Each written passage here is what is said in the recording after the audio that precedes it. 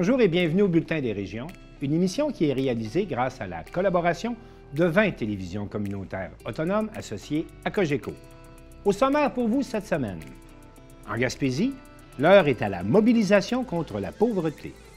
À Pont-Rouge, la clientèle scolaire augmente et les écoles débordent.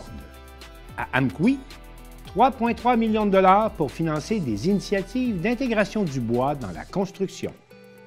À Montmagny, le jour de l'armistice, le samedi 11 novembre prochain, sera l'occasion de remercier tous les vétérans des guerres auxquelles le Canada a participé. À New Carlisle, c'est l'ouverture officielle du club de tir de Baie-des-Chaleurs. À Vaudreuil-Dorion, le budget participatif permet de créer une bibliothèque d'objets. À Forestville, l'artiste peintre Brenda Sweet-Tremblay se présente comme une artiste de vibration. Mais auparavant, pour commencer cette émission, on va se rendre à Scott, en Beauce, où Marc Després de TV Métis a participé au 25e congrès de la Fédération des télévisions communautaires autonomes du Québec.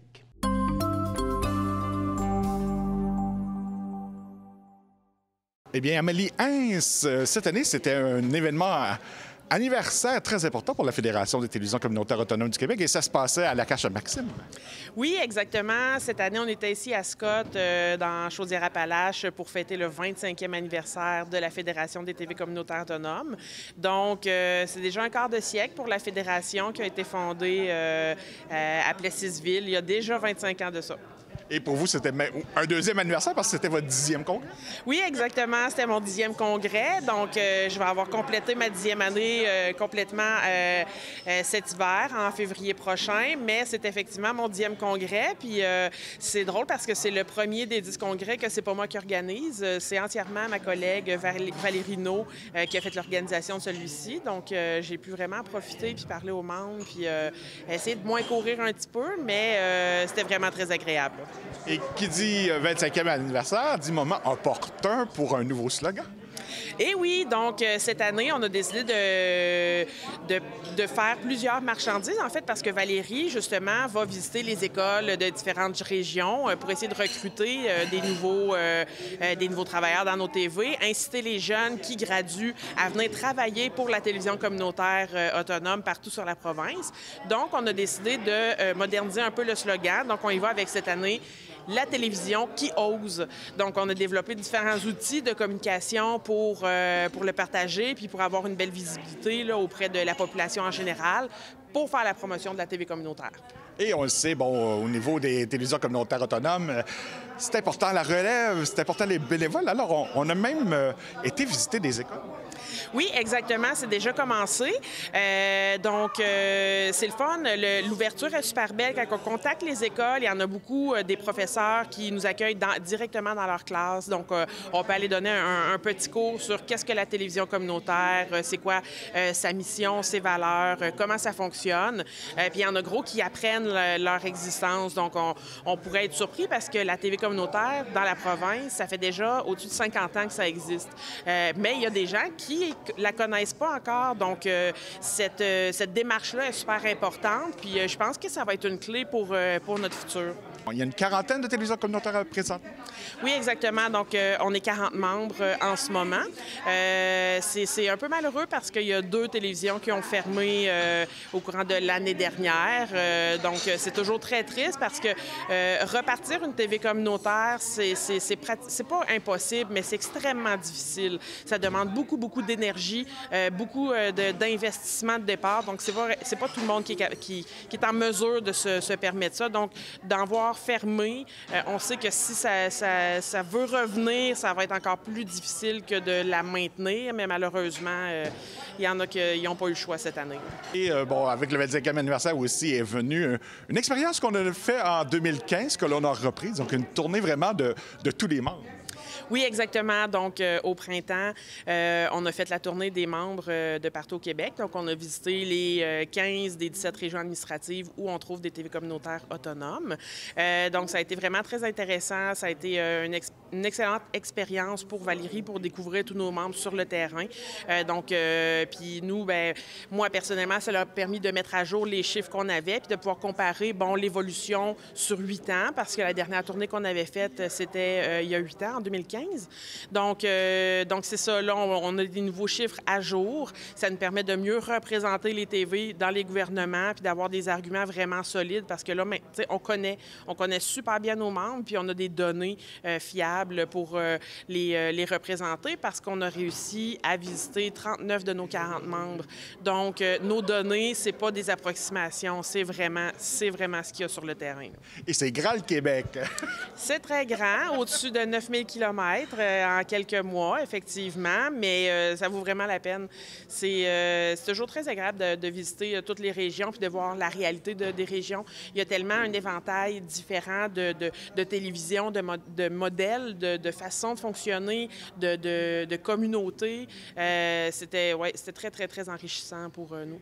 Et il faut se rappeler que les télévisions communautaires autonomes sont sous la supervision du CRTC parce que ce sont des lois canadiennes. Par contre, la plupart des subventions viennent du ministère de la Culture et des Communications du Québec. Et présentement, je pense, une revision qui se fait, mais il faut surveiller le tout parce que l'argent, c'est le nerf de la guerre. Là.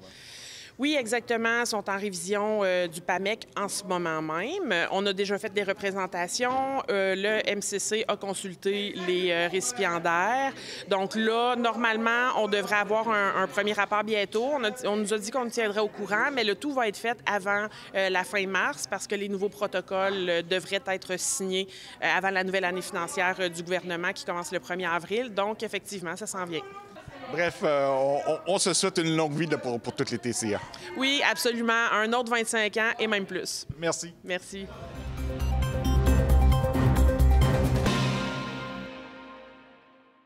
On va maintenant écouter une entrevue de Thierry Haroun de la télévision du Rocher-Percé avec Louise Gallien, qui est la porte-parole du collectif gaspésien pour un Québec sans pauvreté. Cette entrevue nous permet d'avoir un regard juste sur ce qu'est que la pauvreté en Gaspésie en 2023.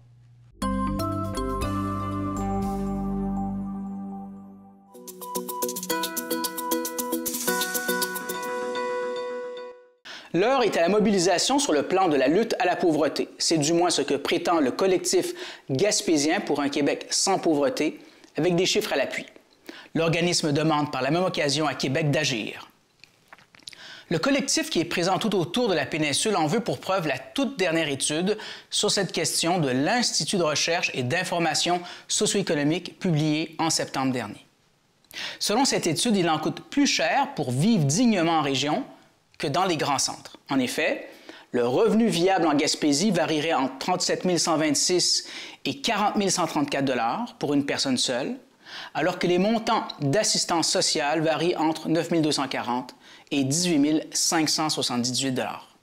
C'est donc dire, rappelle le document de l'IRIS, qu'une personne qui est prestataire de l'aide sociale, sans contrainte sévère à l'emploi, reçoit 4 fois moins d'argent que le revenu nécessaire en Gaspésie pour se procurer un panier de biens et services qui permet de sortir de la pauvreté.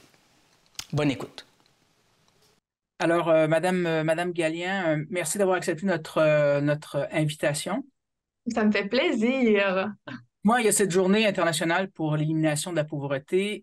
Certes, vous avez émis des chiffres dans votre documentation. Cette journée s'inscrit évidemment dans une démarche beaucoup plus large, j'ai l'impression, parce que la pauvreté, peut-être qu'il ne faut pas juste en parler lors de cette journée, mais peut-être à l'année. La pauvreté, pour vous, je vais vous poser la question, la pauvreté, comment ça se définit aujourd'hui en Gaspésie en 2023? Oui, ben c'est super pertinent parce que souvent, quand les gens pensent à la pauvreté, on en image une personne en situation d'itinérance à Montréal. C'est ce qui va venir spontanément aux gens quand je leur dis le mot pauvreté. Mais la pauvreté, c'est beaucoup plus large que ça. En fait, la pauvreté, c'est de ne pas avoir les moyens nécessaires pour répondre aux besoins essentiels, mais aussi, selon moi, avoir un petit coussin aussi. Je trouve que les calculs gouvernementaux sont souvent basés sur l'épicerie, se loger et tout, mais le plaisir, avoir des loisirs, pour moi, ça fait aussi partie de ce qui fait qu'un humain est bien. Donc, la pauvreté, pour donner un exemple concret, là, des fois, les gens ne veulent pas avoir cette étiquette-là parce que justement, elle est souvent péjorative, mais quelqu'un qui travaille au salaire minimum à temps plein à l'année Oui. va rester en situation de pauvreté, n'arrivera pas à sortir de l'étiquette du seuil de la pauvreté. Puis là, je ne veux pas que ce soit entendu péjorativement. J'ai envie de dire aux gens, on a souvent l'impression qu'il y a des gens pires que nous, donc, on n'est pas si pire que ça. Mais avec le prix de l'alimentation qui a beaucoup augmenté, avec les loyers qu'on a vu qu'il y a eu une grosse hausse, on comprend les gens de vouloir venir en Gaspésie. C'est beau, la Gaspésie, mais les loyers abordables qu'il y avait il y a 10-15 ans sont pratiquement inexistants.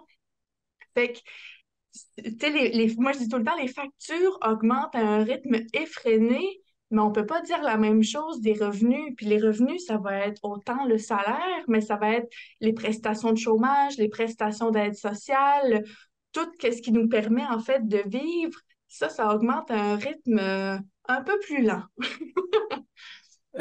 Justement, dites-moi, on parle quand vous parlez de quelqu'un qui vit au salaire minimum à temps plein, on parle d'une personne seule? Oui. D'accord. Exactement. Et c'est pas peu dire, donc ça veut dire que l'inflation joue beaucoup. On l'oublie très souvent, mais l'inflation joue beaucoup. Ce 5-6 $ de plus ou ce 10 $ de plus à l'épicerie, ça joue dans les poches d'une personne qui vit une situation de pauvreté. Tout à fait. Puis les organismes en sécurité alimentaire du territoire, moi, c'est ce qui me nomme aussi, c'est, Oui. Louise, le portrait de la pauvreté, il change. C'est de plus en plus large. Tu sais, des jeunes professionnels qui vont avoir besoin d'un coup de main aussi pour s'alimenter une fois, 2 fois, 10 fois, je pourrais pas dire, mais le portrait, la hausse des demandes est marquée dans les organismes, la hausse aussi de la détresse des gens qui arrivent en disant moi, j'ai toujours été capable de payer ce que j'avais besoin, mais j'y arrive plus. Qu'est-ce que je peux faire?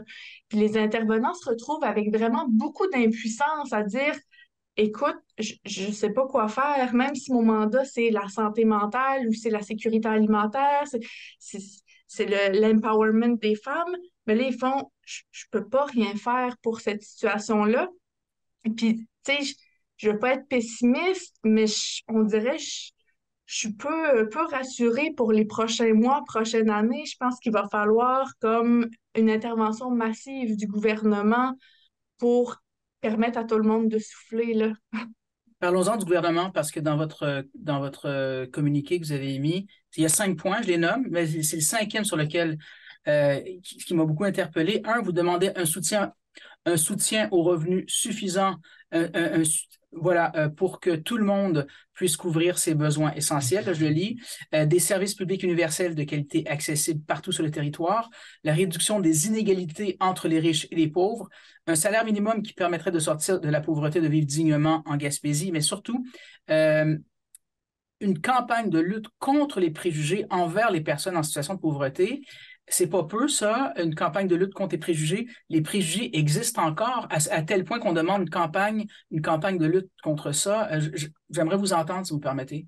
Oui, bien 100%. Moi, en fait, là, c'est le point numéro 5 des revendications, mais pour moi, c'est le point qui pourrait être le point numéro 1 dans beaucoup de situations parce que en plus de vivre le poids de la pauvreté, les gens qui ont de la misère financièrement doivent vivre avec le poids du regard des autres, avec les commentaires qu'ils lisent sur les médias sociaux, avec ce qu'ils entendent des fois à la radio, à la télé. Puis pour moi,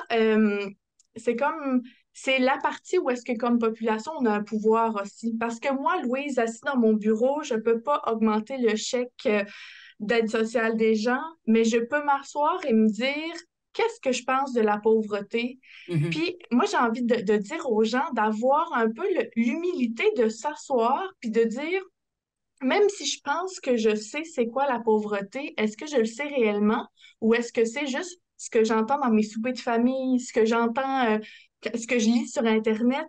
Parce que la pauvreté, c'est beaucoup plus complexe que les préjugés qu'on en a. Madame Gallien, merci beaucoup pour cet entretien. C'est très gentil. Ça m'a fait plaisir.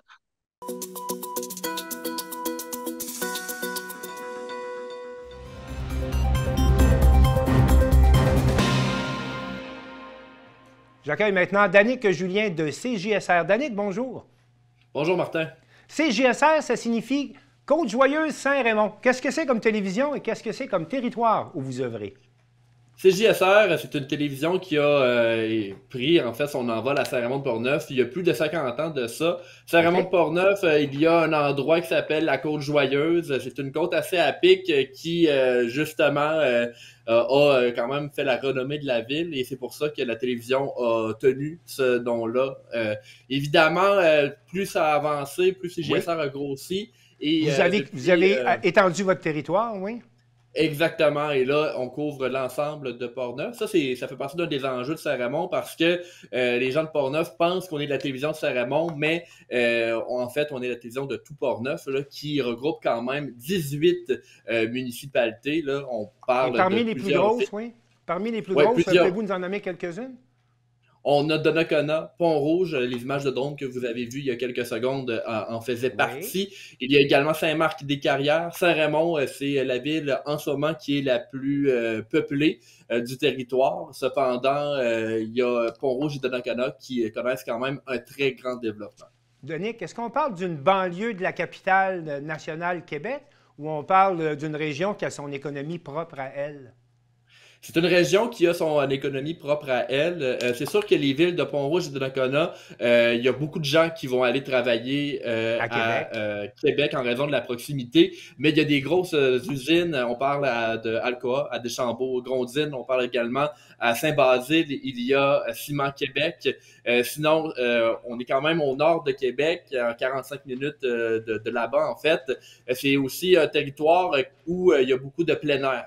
Plusieurs villes, dont Saint-Raymond, font en sorte d'avoir un très grand attrait touristique niveau plein air, vélo de montagne. Et une abondance de lacs et de rivières aussi. Là. Il y a beaucoup de, le territoire de villégiature. Là. Très vaste, beaucoup de villégiature. Il y a des zones d'exploitation commerciale, des ZEC, en abondance à proximité là, du territoire.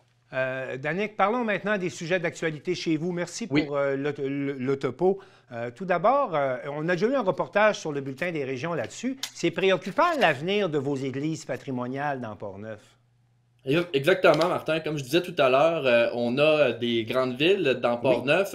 Cependant, comme vous le voyez à la carte ici, Saint-Casimir, Grondines, Deschambault, Cap-Santé, Neuville, ce sont tous des églises qui vont, avec les prochaines années, voir beaucoup de changements. Neuville, c'est déjà fait. On a transformé l'église en bibliothèque.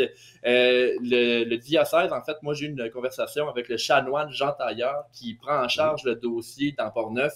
Et une chose qu'il nous disait, c'est que, à part les grandes villes, les grands centres, toutes les autres églises ne feront plus partie, justement, là, ne seront plus régies par l'Église. En fait, les bâtiments vont être redonnés à la communauté. Mais ce sont des bâtiments patrimoniaux. Là. Il y a une grande valeur, puis il faut les préserver d'une certaine mesure.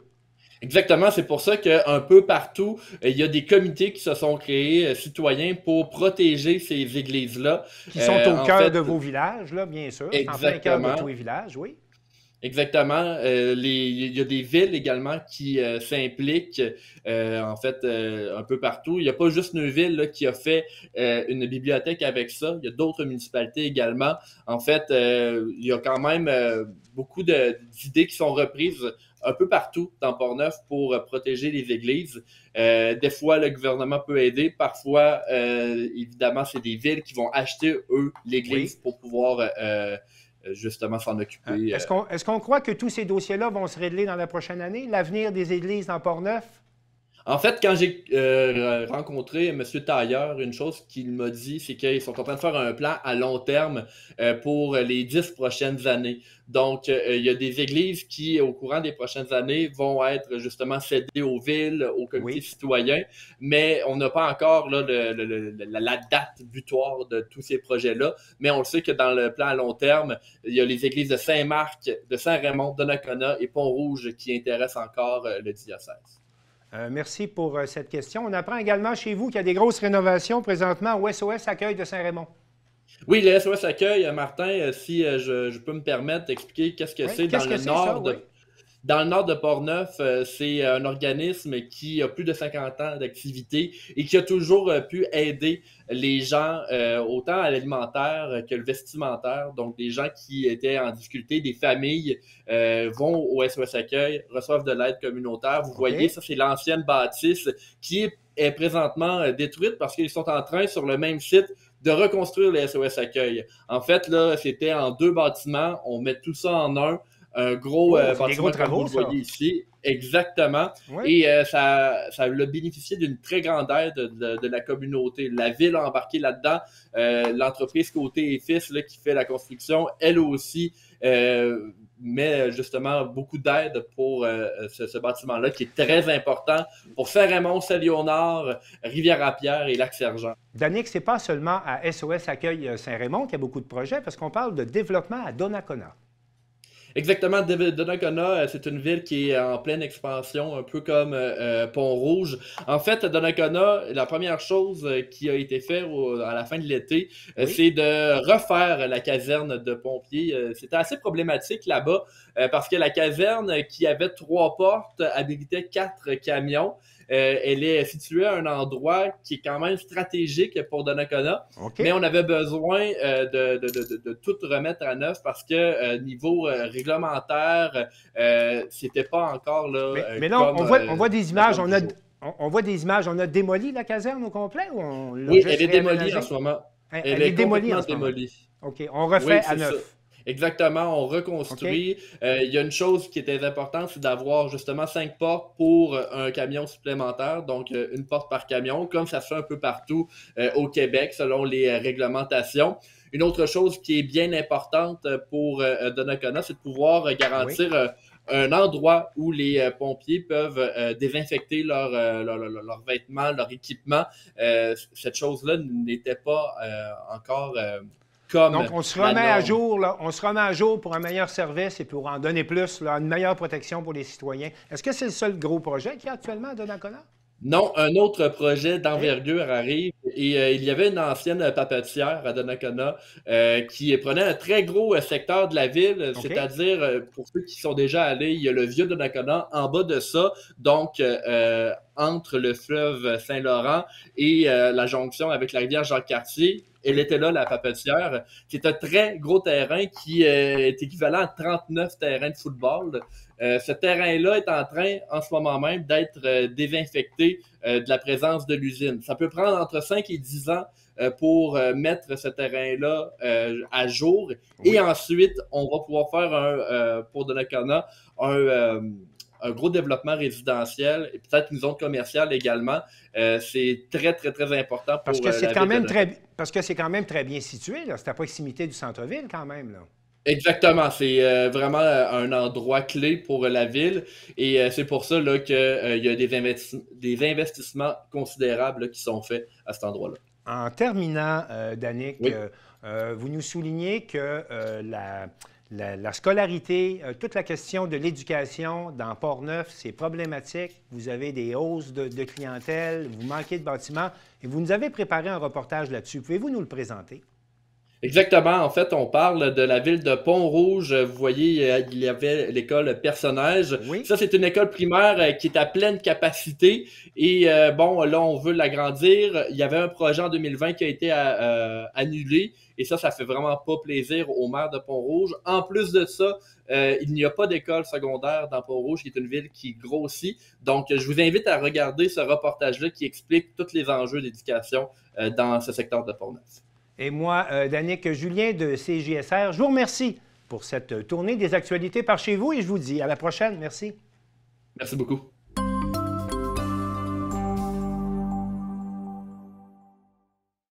Quand on lui parle des écoles de Pont-Rouge, le maire Mario Dupont ne tarit pas. Il en a gros sur le cœur. Ce que je trouve déplorable, c'est qu'il y en a qui ont peut-être dormi sa switch. Ils n'ont pas pensé que le développement se faisait. D'abord, l'école primaire. Elle déborde littéralement.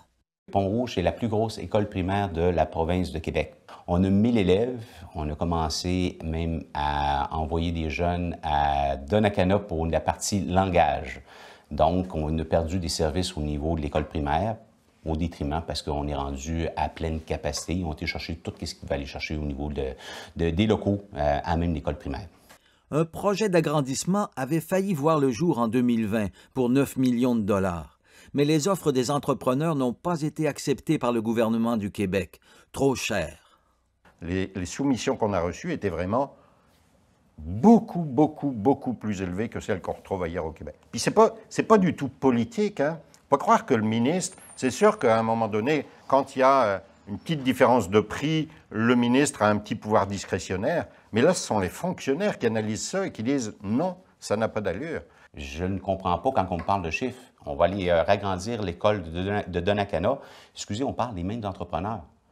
Fait que si ça coûte plus cher à Pont-Rouge, ça va coûter sûrement plus cher à Donnacana. Les arguments qui sont donnés sont un peu bizarres. Le député Vincent Caron, lui, en appelle à la patience. Mais le projet n'est pas du tout en péril, l'argent est sécurisé, il y aura un agrandissement, c'est plus que dans les cartons, là on est prêt à opérer, simplement il faut que là où les soumissions qui vont arriver prochainement, lorsqu'on va relancer le prochain appel d'offres, eh bien ce sont des soumissions qui soient raisonnables.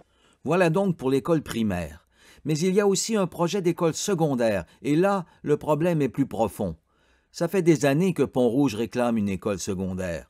Il y a eu une pétition en 2021, une marche en 2022. Notre but n'était pas de déshabiller Donnacana, n'était pas de déshabiller Saint-Raymond, n'était pas pour déshabiller non plus Saint-Marc-des-Carrières. En fait, on voulait offrir une école qui était différente, autrement dit, offrir du sport-études. On n'en a pas, mais on a beaucoup de jeunes du comté qui sortent du comté pour s'en aller à Québec.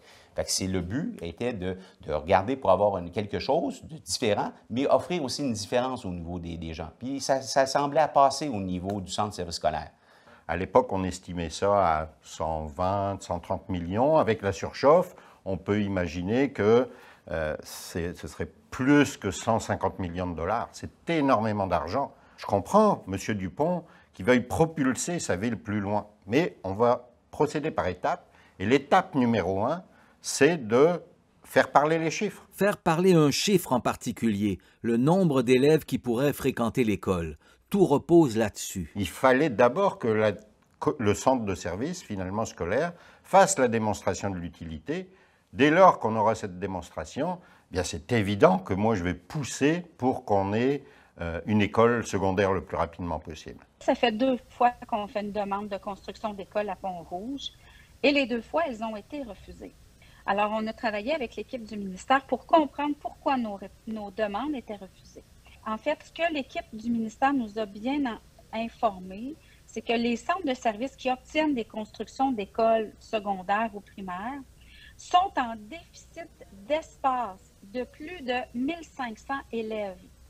Donc, un centre de service comme le nôtre, au pic, à la période la plus achalandée dans les 10 prochaines années, on aura, selon les prévisions du ministère, environ 225 élèves en manque de place. Donc, on est bien loin du 1500 élèves en déficit d'espace. Mario Dupont conteste la façon de calculer utilisée par le centre de service scolaire, qui est basée sur la carte d'assurance maladie. Ça va bien quand vous avez un enfant qui naît, puis vous savez que dans 4 ans, il va commencer la prématernelle. Ça va bien. Mais quand c'est une famille qui déménage dans le comté de Portneuf, puis qui s'en vient s'installer à Pont-Rouge, puis ont 3 ou 4 enfants, sont déjà tout faits, ils sont déjà prêts à aller à l'école. Puis malheureusement, le système ne suit pas. C'est ça qui est le problème. Les prévisions du ministère sont refaites 2 fois par année. Et si je prenais par exemple, je regarde ce que le ministère nous prévoyait pour 2023-24 dans l'année 2020, par exemple, les prévisions qu'ils nous ont fait en 2020 pour 23-24, on est à peine à une 50aine d'élèves de différence sur 7200 élèves. Donc, les prévisions du ministère sont quand même, sans être précises à l'individu près, sont quand même bien précises pour nous donner une perspective de développement.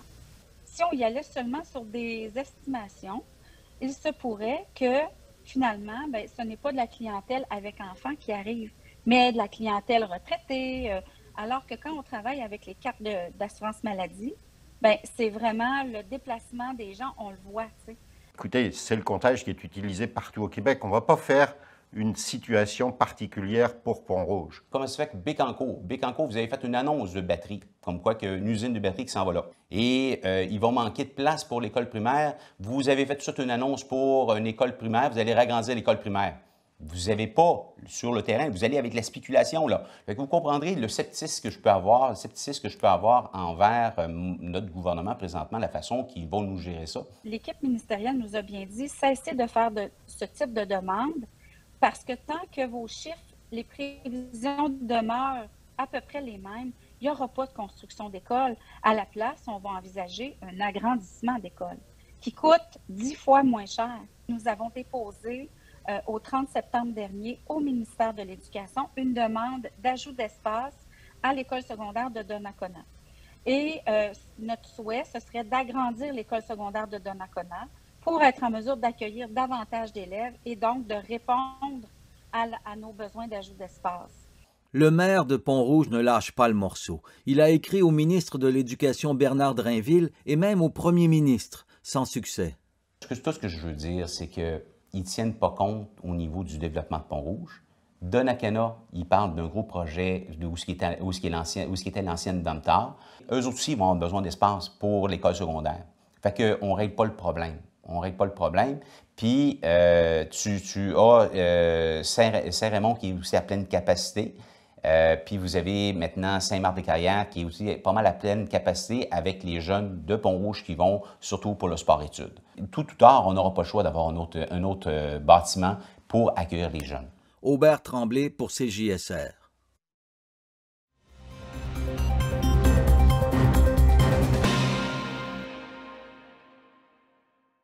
Marc Baudouin de la TVC de la Matapédia était à Amqui, où la ministre des Ressources naturelles et de la Forêt, Mme Maïté Blanchette-Vézina, a procédé à l'annonce d'une subvention de 3,3 millions de dollars pour favoriser la recherche visant à intégrer plus de bois dans la construction.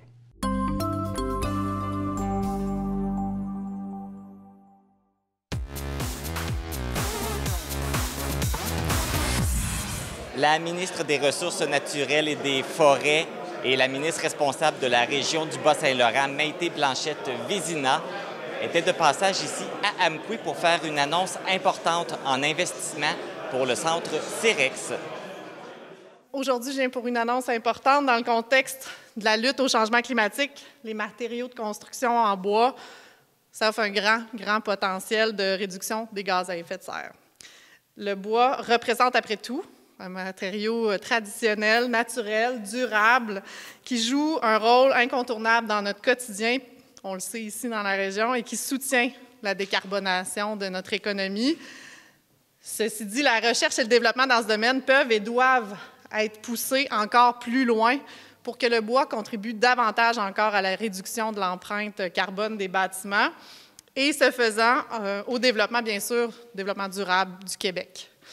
Et heureusement, on a la chance de pouvoir compter ici sur des acteurs de confiance, qui sont là depuis 25 ans notamment, pour certains, ou plus, pour appuyer l'innovation et la mise en valeur de ce matériau noble. Et parce qu'il faut se donner le moyen de nos ambitions, il me fait extrêmement plaisir d'annoncer aujourd'hui l'octroi d'un montant de 3 278 300 $ de la part du gouvernement du Québec pour financer 7 initiatives dans le cadre de l'appel de projet en lien avec la politique d'intégration du bois dans la construction. Je suis en compagnie de la ministre Maïté Blanchette-Vézina. Bonjour. Bonjour. Tout d'abord, bienvenue dans la Matapédia. Je pense que vous êtes venue quelques fois. Ben oui, j'ai été mairesse d'une communauté de la région là, il y a quelques années. Fait que oui, je connais bien Amqui, je connais bien la Matapédia, oui. Et en plus de venir nous voir, tu viens nous voir pour une bonne nouvelle. Oui, exact. On fait une annonce aujourd'hui, tout près de 3,3 millions pour des projets innovants utilisant le bois, dont deux projets pour le CEREX ici à Amqui, totalisant environ 800 000 $. Toujours dans l'objectif de protéger l'environnement aussi. Exact, de faire un virage et faire décarbonation de l'économie, décarbonation de la construction, donc l'utilisation du bois. C'est une manière de capter le carbone puis de pouvoir le séquestrer dans des bâtiments. Donc, on veut pousser encore plus la recherche, travailler avec des partenaires comme le CEREX, comme FP Innovation, comme les universités, pour pouvoir avoir encore une plus grande utilisation du bois dans les matériaux de construction. Et comme tu le mentionnais aussi dans ton interlocution, c'est important de prendre soin de la forêt et d'utiliser ses richesses. Tout à fait. C'est une ressource qui est renouvelable. On en a en abondance dans les régions. C'est un moteur économique, développement économique, socio-économique important pour les régions du Québec. Donc, je suis très fière de pouvoir faire cette annonce ici, dans ma région, le Bas-Saint-Laurent. Et tu le fais au CEREX parce qu'on a la chance d'avoir justement le CEREX pour faire toutes ces études-là et ces travaux-là. Exact. Le CEREX travaille à faire la recherche et du développement, mais aussi à le mettre en application. Donc, les projets qui sont déposés, qui ont été déposés puis qui ont été retenus, impliquent aussi des entreprises privées pour mettre en application cette recherche. Au-delà de l'innovation, on veut que l'innovation puisse être appliquée et c'est ce que le CEREX fait. Maïté Blanchette-Vézina, merci beaucoup de votre visite et merci beaucoup de cette belle nouvelle. Merci, ça me fait plaisir. Les projets de recherche qui seront lancés grâce à ce financement, vous vous en doutez, permettront de mettre en valeur la ressource bois pour une transformation optimale allant jusqu'à la valorisation des sous-produits, de la transformation du cèdre en panneaux isolants destinés à améliorer l'efficacité énergétique des bâtiments. Le projet aussi que nous planifions donc sur les systèmes constructifs innovants nous permet d'imaginer des bâtiments plus performants, non seulement aussi, plus sobres en carbone, mais aussi qui procurent un bien-être accru à leurs occupants. Est-il nécessaire, donc, comme Madame la Ministre vient de le dire, de rappeler en terminant que le bois est une matière première renouvelable, noble, un moyen sûr et naturel de séquestrer le carbone et d'améliorer le bilan carbone de l'industrie de la construction. Et c'est une ressource abondante en région, en plus d'être un marqueur de l'identité régionale essentiel pour nos communautés. Ce qui fait que nous avons tout intérêt collectivement à développer sa transformation et le financement annoncé aujourd'hui nous permettra de contribuer à ce développement. Je suis maintenant en compagnie de Papa Diouf, qui est co-directeur ici au CEREX. Bonjour. Bonjour. On vient d'apprendre un bel investissement là, pour le CEREX. Donc, à quoi va servir cet argent exactement? Effectivement, ce financement va servir il y a deux financements dans chacun des deux volets. En fait, donc, ce qui est intéressant de voir, c'est que un des financements va permettre de développer un isolant qui a déjà été développé, mais qu'on va encore pousser plus loin pour le rendre plus proche de la commercialisation. Et cet isolant-là vise à remplacer la laine rose. Okay. Et le deuxième financement va servir effectivement à mettre, à mettre en valeur ou à développer, on va dire, différents systèmes de construction innovants qui vont vraiment, qui est différent des méthodes de construction traditionnelles à l'heure actuelle. Et l'idée derrière, excusez-moi, c'est de maximiser l'utilisation du bois dans l'enveloppe du bâtiment. Et donc, tout cet investissement-là qui se fait, c'est intéressant pour le CEREX. Est-ce que ça va se créer des emplois aussi? Ça va être intéressant pour le CEREX, oui. Pas forcément créer des emplois. Ça va consolider des emplois, effectivement. Ça va se développer une certaine, renforcer une certaine expertise que nous avons déjà. Mais par contre, ce qui va être intéressant aussi, c'est de pouvoir aider nos partenaires industriels. Parce que chaque projet qui a été cité, effectivement, il y a des partenaires industriels qui sont impliqués. Celui des systèmes constructifs, on a 5 industriels avec lesquels nous participons pour développer ces concepts innovants. Et avec le projet d'isolant, il y a 3 industriels qui sont associés. Donc ça fait quand même 8 entreprises qui vont bénéficier de ce financement-là aussi et de l'expertise du CEREX. Et tous ces projets-là, ça va débuter quand? Ça va débuter, on va dire, dès la semaine prochaine. Okay. Donc, on avait hâte que ça débute. Donc, c'est sûr qu'on ne va pas perdre de temps et on va vraiment accélérer la recherche et l'innovation de ces produits-là et de ces concepts. Fait qu'on va mettre la main à la pâte assez rapidement. Assez rapidement, oui. Et puis d'apprendre justement cet investissement-là majeur que vous recevez, comment vous avez réagi? Mais c'était vraiment une fierté, notamment pour un centre comme le nôtre. Donc ça tombe bien, ça fait 25 ans que nous existons. On va dire que le volet éco-construction, parce qu'on a quand même 4 champs d'intervention, mais le volet éco-construction était le dernier. Donc ça fait depuis 2019 qu'on a commencé à œuvrer dans ce domaine plus intensivement. Et je pense que c'est quand même une belle récompense, une belle reconnaissance de pouvoir effectivement bénéficier de financement dans ce domaine-là, de la construction donc, en bois. Une belle reconnaissance, certain, de vous donner autant d'investissement. Ça veut dire que le gouvernement a confiance et croit aux travaux que vous faites? Oui, effectivement, et je remercie effectivement le gouvernement pour sa confiance. Et de toute façon, c'est quand même une bonne fierté, autant pour la région, pour l'équipe du CEREX et pour la recherche collégiale, hein, parce que vous pouvez le voir, donc, nous sommes les seuls représentants effectivement de la recherche au collège, donc qui montre effectivement notre importance dans l'écosystème de la recherche appliquée sur tout ce qui touche la transformation des produits forestiers. Donc, Papet Diouf, merci beaucoup, puis bravo encore pour cette belle subvention que vous recevez. Merci beaucoup. Merci. Rappelons que le centre de recherche CEREX, situé ici à Amqui, vient de recevoir une subvention de plus de 3 millions de dollars du gouvernement du Québec, et tout ça dans le but de continuer l'innovation dans le domaine de la construction, de l'habitation.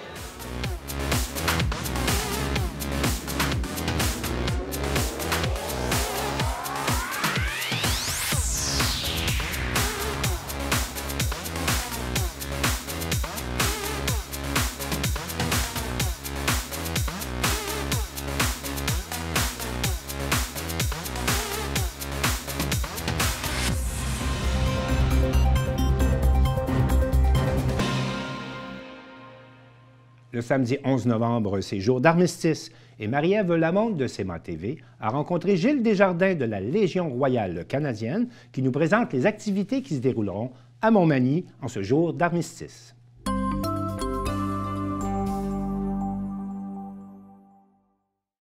Alors, vous l'aurez reconnu, nous sommes en compagnie de Gilles Desjardins pour parler, encore une fois, cette année de la campagne du Coquelicot qui se déroule depuis le 27 octobre, qui se poursuit jusqu'au 11 novembre.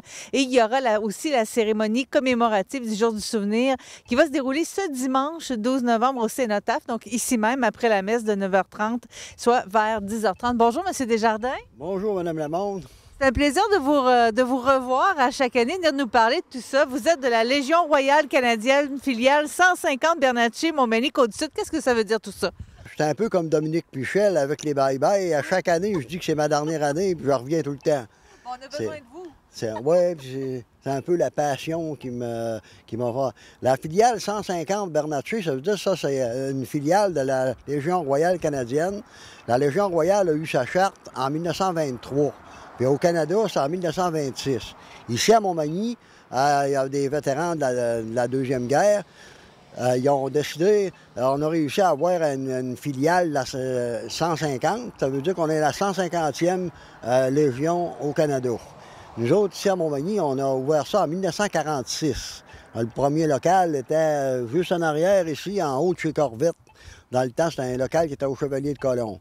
Après ça, bien là, on a eu la grosse bâtisse, l'ancien magasin Posé, là, chez la rue de la Gare, qui est encore là.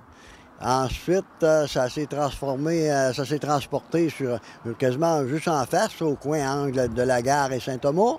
Puis après ça, bien là, vous savez, les bars, ça a commencé à fermer, puis tout ça, puis les légionnaires ont vieilli. Ça a été les plus jeunes comme moi qui ont remplacé. Puis c'est pour ça qu'il n'y a plus de local à proprement dit. 150, c'est la 150e. Bernatchez, ça, c'est en l'honneur du major général Paul-Émile Bernatchez, qui est un résident de Montmagny, un héros de la guerre. Soit le temps passant, il a commandé le Royal 22 à la bataille d'Ortona. Quand le capitaine Triquet a eu sa croix de Victoria, le seul francophone qu'il a eu au Canada de la Deuxième Guerre mondiale, c'est le major Bernatchez qui l'a... pas le major, excusez, il était colonel dans le temps. C'est lui qui commandait la batterie à Ortona, à la bataille de Casa-Bernardi, là, qui a fait des héros. Puis en passant, il y a M. Walter Walsh de Montmagny, de la famille Walsh, est décédé à côté du major, du capitaine Triquet. Je l'appelle le major parce que quand il est revenu de la guerre, il était major. Quand il a eu sa CD, sa croix de Victoria, il était capitaine. Vous avez parlé de Walter Walsh. On le voit ici, là. On est devant le cénotaphe et on voit son nom juste ici. Puis vous nous expliquez pourquoi le cénotaphe, parce que pour moi, il a toujours été là. Mais comment il est arrivé, là, justement, le cénotaphe? Ça a été une démarche très longue, là. Ça, il y a eu beaucoup de politiciens impliqués là-dedans, y compris M. Louis Auroy, qui était un très grand maire de Montmagny. M. Roy, une bande de vétérans, M. Bernatchez aussi a été très impliqué là-dedans. Fait que là, il fallait absolument qu'on fasse de quoi pour les vétérans. Disons qu'il y avait des petites... Après la Première Guerre mondiale, disons que c'était beaucoup l'Église catholique qui les a fêtés, qui avait des soupers d'organiser. Puis là, à un moment donné, bien, il y a des cénotaphes qui s'est mis à en pousser un petit peu partout parce que le Canada a quand même payé un lourd tribut aux deux guerres. Ça fait que là, à ce moment-là, il y a la politique. Ça, le cénotaphe ici a été inauguré en 1946 par le duc de Connaught, qui était le gouverneur général du Canada. Puis à ce moment-là, puis par le premier ministre Mackenzie King, mais M. King n'est pas descendu à Montmagny, c'était le gouverneur général. Puis ainsi que bien des invités d'honneur, là, tout ça. Ça fait que, mais Montmagny étant le chef-lieu du comté, c'était la plus grosse ville, la ville la plus populeuse. Ça fait que c'est pour ça qu'ils ont décidé de mettre ça à Montmagny, parce que Montmagny, il y avait des hôtels, tout ça pour louer s'ils faisaient une grosse manifestation. Bien, on avait tout pour ça. Donc, les noms qu'on retrouve ici, c'est les noms de gens de Montmagny et de la région. Oui, exactement. Malheureusement, il y en a qu'on a découvert au cours des années qui ne sont pas encore là-dessus. Ça, on a découvert ça. Parce que c'est sûr qu'il y a eu du gros travail là-dedans, mais il y en a qui sont morts ignorés, comme on dit, là. Puis à ce moment-là, on a découvert, à chaque année, on en découvre toujours. Mais là, depuis 10 ans, on a fait un gros travail là-dessus. Puis leur mémoire est honorée. Chaque année, on fait l'appel des noms des victimes de la guerre. Puis maintenant, ils sont là-dessus. Donc, c'est ce qui va se faire, entre autres, lors de la célébration de ce dimanche. Oui, c'est une cérémonie protocolaire qui est faite par la Légion. Puis, il y a une chose que je tiens à souligner, parce qu'on m'a beaucoup posé de questions là-dessus, là. La cérémonie protocolaire s'adresse à tous les vétérans. Tous les vétérans. Parce que moi, je compare souvent ça à une pyramide, là, le service. Vous savez, ceux que leur nom est gravé dans la pierre à l'ombre de l'Église qui les a baptisés, puis qui les a enterrés aussi, eux autres, qui ont toujours le haut de la pyramide. Mais dans la pyramide, là, ça inclut bien des choses. Moi, je pense aux familles qui ont souffert de ça. Ces jeunes hommes-là, la plupart, c'est tous des jeunes hommes. Ils n'ont jamais pu, il y a eu des pères de famille là-dedans, ils n'ont jamais pu voir leur vie s'épanouir. Il y en a qui auraient aimé ça se marier, puis avoir des enfants, puis continuer la tradition. Mais seulement, le Canada les a appelés, puis ils ont fait leur devoir. Ils ont laissé leur vie. Merci beaucoup, M. Desjardins.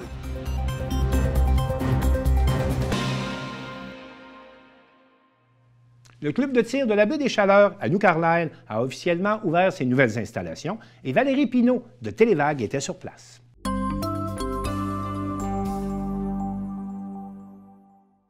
Qui a eu l'idée de créer un champ de tir? Oh, je vous dirais que ça date de longue date. Je vous dirais entre 18 et 20 ans de ça. Quand même, oui. Qu'on a commencé à penser à l'effet d'avoir une place où on donne des cours de formation aux jeunes, la relève. On leur montre à tirer sécuritairement et on n'a pas de place officielle, sérieuse et sécuritaire à leur offrir. Il y a quelque chose qui ne va pas bien. Fait qu'on a commencé à évoluer dans ce sens-là. Le maire s'est entendu avec Terre et Forêt pour louer ça ici pour une période de 25 ans. OK. À partir de là, on est parti. Fait que ça a débuté comme ça. On a ramassé, on a tout en fait enlevé le bois. Il y a quelqu'un qui l'a ramassé. Oui. Après ça, on est arrivé ici, puis c'était par bosse. Fait qu'on a réussi à ramasser pour niveler le tout, ramasser la terre qu'on a l'autre côté au champ de tir du handgun en anglais, pistolet en français. On a pu faire tous ces trois butées-là. Et tout ça, avec l'accord du Centre Ancher de New Carlisle, l'école de formation pour les jeunes professionnels pour apprendre à conduire camion, loader, pépine, gratte, grader, rouleau. Nomme-les toutes. Il y avait 10 grosses machines qui travaillaient ici. On a été acceptés. Parce que sans ça, il n'y a personne, à moins que j'aurais gagné le 50 millions que malheureusement qui a été gagné à Montréal, il n'y a personne qui aurait payé ça. C'est pour ça, qu'est-ce que vous voyez ici? Si on fait une évaluation générale, ça a une valeur présente active, 1,5 million. Puis on n'a pas fini. Fait que là, vous allez me demander sûrement, où est-ce que vous prenez l'autre argent? On a des commanditaires et on a eu des projets qu'on pouvait avoir avec les municipalités. On avait le toit ici, un projet de 100 000. On a été chercher. Le projet fini, après évaluation du terrain, on a encore à finir. Comme vous voyez, c'est pas tout fini, mais c'est potable pour le moment, ce qu'on se parle, parce que les gens peuvent venir et sont en sécurité. Vous avez comme 2 sites différents pour tirer. Ici, on est avec le 100 mètres, je crois. Vous êtes avec le 100 mètres, 300 pieds à la carabine. À la carabine. Puis l'autre site à côté? L'autre site à côté, c'est un 75 pieds, 25 mètres pour l'arme de poing. Et avec les butées qu'on a, je veux dire, il n'y a pas une balle qui va sortir, qui va passer au travers de ce qu'on a présentement. Oui, bien c'est ça. Je me demandais, vos murs tout le tour du chantier, c'est haut de combien de mètres? On demandait 6 mètres, on a mis 7 mètres. À quoi ça sert, les murets en arrière? Le muret en arrière, on appelle ça un pare-balles. OK. Parce que tu as des agents qui viennent, qui veulent tirer à genoux, allongés à terre. Pourquoi? Et c'est pour éviter que la balle passe par-dessus. Si, mettons, le gars tire et son arme est trop haute, va frapper dans le muret et la balle n'ira pas plus loin. La sûreté est venue, on fait des tests et on fait partie des normes légales. Dépendant dans quel domaine que tu travailles, soit pour la sûreté, soit pour les gardes de chasse, soit pour la détention ou quoi que ce soit, eux se pratiquent à l'effet de dire, moi dans une place restreinte, c'est quoi ma réaction? Fait qu'ils l'ont. La restreint. S'ils ont juste un carreau pour tirer, ils se pratiquent dans le carreau, justement. Puis s'ils veulent faire du tir à genoux ou couché, mais leur ouvre la porte. Pour utiliser les installations, faut-il être membre? Effectivement. Le coût exact, présentement, on a un spécial parce qu'on est octobre, novembre, décembre, qui est 3 mois. Et la carte de 2024 qui finit le 31 décembre 2024. Si tu es dans les armes de poing, ça te coûte 170. Si tu n'as pas d'armes de poing, ça te coûte 140. En 2026 sera, si tu n'as pas d'armes de poing, 110. Et si tu as une arme de poing, ça sera 140.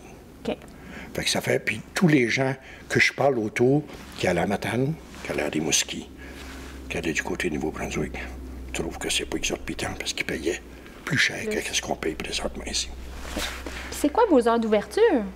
Les heures d'ouverture vont être le samedi de 9 h le matin à la 4 h l'après-midi. Et c'est comme je dis à tout le monde, ça va aller avec l'offre et la demande. Si on a de la demande, amplement, parce qu'ici, tu ne peux pas venir tirer, puis il n'y a personne qui n'est pas en devoir. Du côté de l'arme, ça prend un moniteur, puis du côté de la carabine, ça prend un responsable. Fait qu'il y a des normes à suivre, puis il faut suivre les normes. Puis disons que moi, je veux venir tirer, mais je ne suis pas très habile avec ma carabine. Est-ce qu'il y a quelqu'un sur place qui peut m'aider ou me donner des trucs? Hors de tout doute. Hors de tout doute qu'on est là pour ça. On ne dit pas au monde, amusez-vous, puis faites ce que vous voulez. On essaye le plus possible. Premièrement, question de sécurité. Deuxièmement, positionnement. Comment regarder dans ton télescope, parce qu'il y en a qui sortent des fois là, avec des petites cicatrices dans l'autre œil, parce qu'ils l'ont collé un petit peu trop proche. D'autres qui tirent trop vite, brutal, graduellement. Question de respirer. Ça te l'air zozo un petit peu là, quand on dit ça. Là. Mais la respiration fait un gros effet. On espère réussir avec le membership, avec les cartes de membres qu'on va vendre, pouvoir se renflouer tranquillement et améliorer au fur et à mesure, parce qu'on veut ici être un club ambassadeur.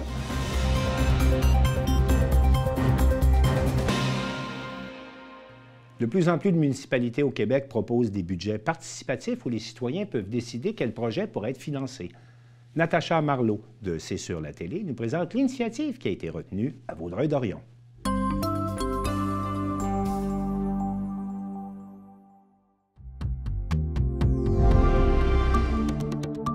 Le 17 octobre dernier avait lieu l'inauguration de la toute nouvelle bibliothèque d'objets à Vaudreuil-Dorion. Cette initiative proposée par 2 citoyennes de la ville dans le cadre du budget participatif permettra aux usagers d'emprunter des objets divers. D'où est venue cette idée? En fait, c'est un projet qui a été proposé dans le cadre de la planification stratégique, donc une bibliothèque d'objets. Puis ça a été envoyé vers le service de la bibliothèque parce qu'on fait bien ça, prêter des objets nous ici. Les gens pourront emprunter parmi les 130 objets qui sont présentement disponibles. L'année prochaine, on va déjà faire l'acquisition d'une collection d'instruments de musique. Donc, ça va s'ajouter à notre collection. Bien sûr, on va prendre des suggestions des citoyens, dans la mesure du possible, évidemment, dans les contraintes d'espace, de sécurité, etc. On a réservé le prêt de tous ces objets à un public adulte pour des raisons de sécurité, mais bien sûr, il y a plein de choses qui s'adressent aux enfants, donc les parents pourront venir emprunter pour eux.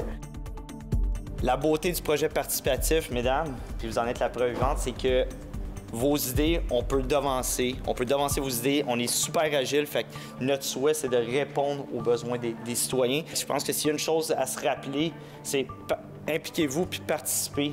Déposez des projets dans le cadre du budget participatif parce que c'est un outil qui sert à mettre en lumière vos idées, vos projets. Ça, c'est bien important, là. Des projets qui vous tiennent à cœur, mais que vous allez mettre en place. On est là pour appuyer. C'est pas la ville là, qui va partir le projet ou qui va... C'est vos idées, la preuve, c'est que vous êtes là. Et Vaudreuil-Dorion est depuis longtemps, moi, ce que j'appelle facilitateur. On avait eu la même idée. Puis pour moi, c'était parce qu'on fait souvent du partage entre nos voisins quand on a une fête où on a une réparation à faire. Donc, on se prêtait des outils ou des jouets. Donc, j'ai dit pourquoi pas agrandir le cercle pour qu'on puisse partager plus d'objets. Pour ma part, c'est en voulant faire une réparation, une installation de céramique de grand format. Puis là, on s'est dit, bon, on a le petit format, mais ça prendrait le grand. Puis j'ai dit, ça n'a pas de sens d'aller acheter ça. J'ai vu le budget participatif, puis j'ai dit, pour plein d'objets, c'est la même situation. Donc, c'est vraiment une belle initiative qu'on va pouvoir se partager. Tout le monde à Vaudreuil-Dorion, plein d'objets comme ça.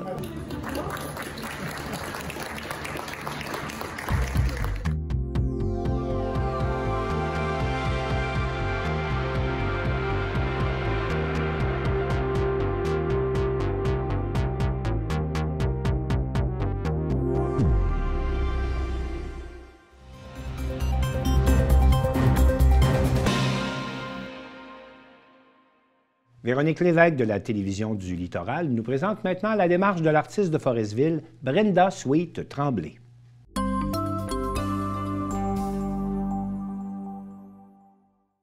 Le 31 octobre dernier, la télévision du Littoral a eu la chance de rencontrer Brenda Sweet Tremblay dans le confort de son atelier. Elle fait son petit bout de chemin depuis maintenant 5 ans dans notre communauté et elle est de plus en plus connue en Haute-Côte-Nord. Artiste peintre, spirituelle et engagée, Brenda Sweet aspire à travers ses œuvres ressourcement, guérison et inspiration. Elle nous dévoile un univers unique, magique et qui fait du bien à l'âme. Mais tout d'abord, nous lui avons demandé qui est Brenda Sweet Tremblay. C'est dur à décrire parce que mon essence propre, c'est vraiment très particulier, c'est vraiment très éclectique, très désordonné. J'ai 1000 projets, mais c'est sûr que tout ce qui tient ça ensemble, vraiment, là, c'est de vouloir vivre de mon art. J'avais aucune espèce d'idée que je me dirigeais vers ce type d'art-là, mais mon esprit le savait parce que les premières œuvres que j'ai faites sans faire de la copie, on va dire, parce que je faisais des silhouettes sur des fonds de bois de grange, des choses comme ça. C'était pour me désennuyer, justement, parce que mon docteur m'avait suggéré de renouer avec une passion. Fait que les premières œuvres que j'ai faites vraiment de moi-même, là, autodidacte, ben c'était des anges, puis des anges gardiens, avec plein de couleurs. Puis aujourd'hui, que justement, je travaille avec les énergies, les chakras, les anges gardiens, les guides, puis tout ça, je me rappelle, ça fait comme, aïe, mon esprit qui le savait déjà. Je m'en allais déjà vers ça. Puis c'était un long processus parce que justement, j'avais peur du jugement. J'avais peur des idées préconçues. J'incarnais pas mon art comme je l'incarne aujourd'hui. Comme je suis vraiment, vraiment contente puis fière de où ce que je suis rendue. Pour suivre l'artiste forestvilleoise Brenda Sweet-Tremblay, il suffit de vous rendre sur sa page Facebook portant le même nom ou sur son site internet au www.sweetartist.com.